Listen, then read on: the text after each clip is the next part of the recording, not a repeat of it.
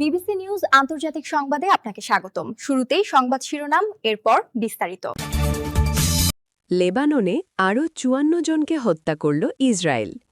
ইউক্রেনের রাশিয়ার ভয়াবহ হামলায় নিহত ১৫। ফুঁসে উঠছে ইসরায়েলিরা, ছাড়ছে জন্মভূমি। ইরানে বিধ্বস্ত বিমানের দ্বিতীয় ক্রুকে উদ্ধার করল যুক্তরাষ্ট্র। আপনি যদি মুসলিমদের পাশে থাকতে চান তাহলে ভিডিওতে লাইক করে চ্যানেলটি অবশ্যই সাবস্ক্রাইব করে দিবেন এবং কমেন্টে জানিয়ে দিবেন আপনার মূল্যবান মতামত। লেবাননে একদিনে আরও ৫৪ জনকে হত্যা করল ইসরায়েল। গত ২৪ ঘণ্টায় লেবাননে ইসরায়েলি হামলায় অন্তত ৫৪ জন নিহত হয়েছেন। এছাড়া আহত হয়েছেন ১৫৬ জন। এ নিয়ে গত ২ মার্চ থেকে শুরু হওয়া ইসরায়েলি হামলায় নিহতের সংখ্যা ১৪০০ ছাড়ালো বলে জানিয়েছে দেশটির স্বাস্থ্য মন্ত্রণালয়। খবর আনাদুলুর। স্বাস্থ্য মন্ত্রণালয়ের বিবৃতিতে বলা হয়, এখন পর্যন্ত মোট নিহতের সংখ্যা দাঁড়িয়েছে ১৪২২ জনে এবং একই সময় আহত হয়েছেন আরও ৪,২৯৪ জন। প্রতিবেদনে আরও বলা হয়েছে, লেবাননের দক্ষিণাঞ্চলে ইসরায়েল বিমান হামলা ও স্থল অভিযান চালিয়ে যাচ্ছে। ২০২৪ সালের নভেম্বরে যুদ্ধবিরতি কার্যকর হলেও ২ মার্চ হিজবুল্লাহ সীমান্ত বার্তার হামলার পর নতুন করে সংঘাত শুরু হয় অঞ্চলটিতে।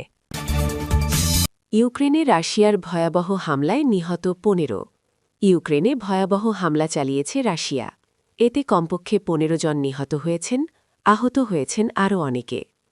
কাতার ভিত্তিক সংবাদমাধ্যম আল জাজিরা বলছে, রাশিয়ার বিভিন্ন হামলায় গত ২৪ ঘণ্টায় ইউক্রেনে অন্তত ১৫ জন নিহত এবং আরও বহু মানুষ আহত হয়েছেন বলে জানিয়েছেন ইউক্রেনের কর্মকর্তারা।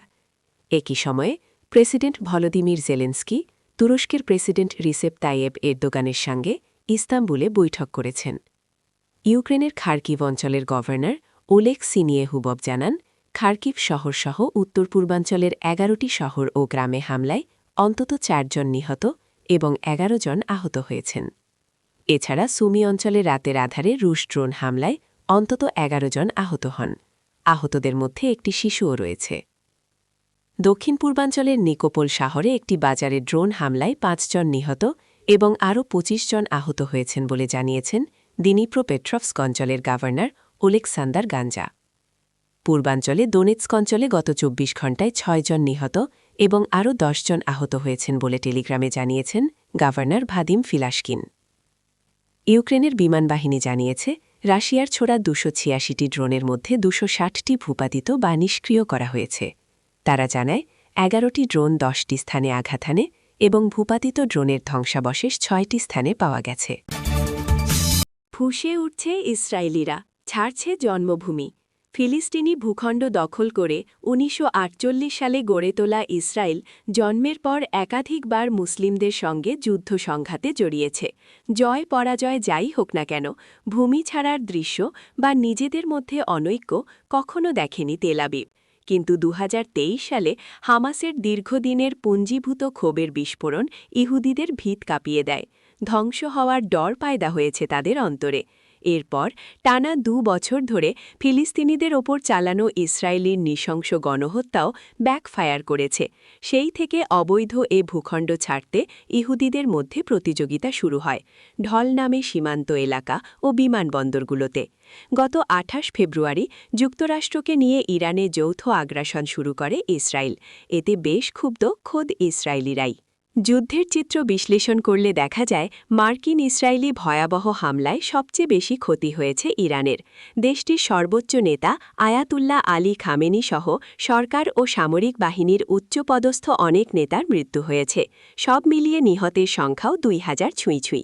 এছাড়া সামরিক ও বেসামরিক হাজার হাজার অবকাঠামো বিধ্বস্ত হয়েছে। কিন্তু হাল ছাড়েনি ইরানিরা। ধীরে ধীরে বিদ্রোহী হয়ে উঠছে সাধারণ নাগরিকরা।